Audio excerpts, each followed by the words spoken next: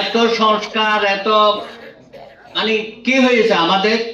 আমি বলবো এই সংবিধান সংস্কারের নামে আপনারা আগুনে হাত দেবেন না, আগুন কিন্তু আপনাদের হাত কিন্তু পড়ে যাবে। এত সহজ না, সবকিছু মুছে দেবেন না। 71-কে মুছে দেবেন, 69-কে মুছে দেবেন, 52-কে মুছে দেবেন। আর 24-এ যারা আন্দোলনে আত্মাহুতি দিয়েছেন বা যারা নেতৃত্বে ছিলেন তাদেরকে আমরা সেলিউট জানাই।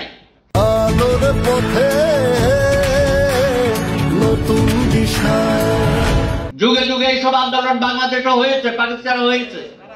আমরা বলি 52-তে হয়েছে, 62-তে হয়েছে, 69-এ হয়েছে, 70-এ কি হয়েছে? 71-এ মহান মুক্তিযুদ্ধে অংশগ্রহণ করে নাই আমাদের তরুণ ছাত্র সমাজ, কৃষক, শ্রমিক জনতা সবাই আত্মাহুতি দিয়েছে, 30 লক্ষ শহীদ হয়েছে।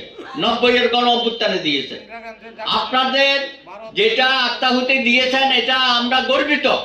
আপনাদের তো রেকর্ড করা হবে। Declaration of revolution then, proclamation বারবার হয় না। প্রোক্লামেশন অফ ইন্ডিপেন্ডেন্স 10ই এপ্রিল হয়েছে, সেটা তো আপনার প্রস্তাবনায় খুব সুন্দর করে লিখে দিয়েছেন। 3 নীতি, সাম্য, সুবিচার, মানবিক মর্যাদা। আপনি 10ই এপ্রিলকে খুব ভালো ধারণ করেন, আর 71-এর মহান মুক্তিযুদ্ধ, 72-এর সংবিধান মানবিকা, এটা তো দ্বিচারিতা।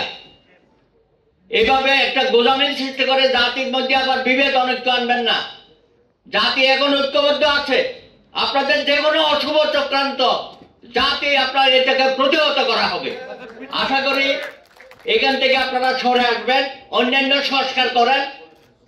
27টি দল কেন, আপনি 100টি রাজনৈতিক দলকে আলোচনা করেন, কোনো চূড়া হওয়া হবে না। আপনারা এইসব আলোচনার নামে আমাদের মধ্যে বিভেদ সৃষ্টি করছেন রাজনৈতিক দলগুলোর মধ্যে। আরেকটা রাজনৈতিক দলগুলোর অবস্থা কি হয়েছে জানেন? তারা গিয়ে প্রত্যেকে যার যার এজেন্ডা, যার যার রাজনৈতিক আদর্শ, যার যার রাজনৈতিক কর্মসূচি এই সরকারের ঘাড়ে চাপিয়ে দিয়েছে।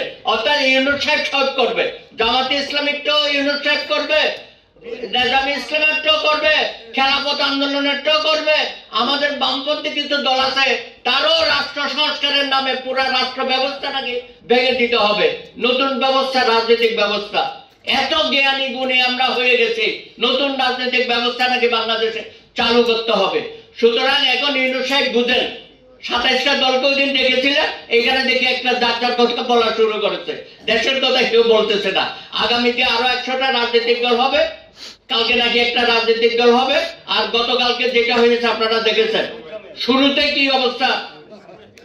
এগুলো তো আমরা চাই না।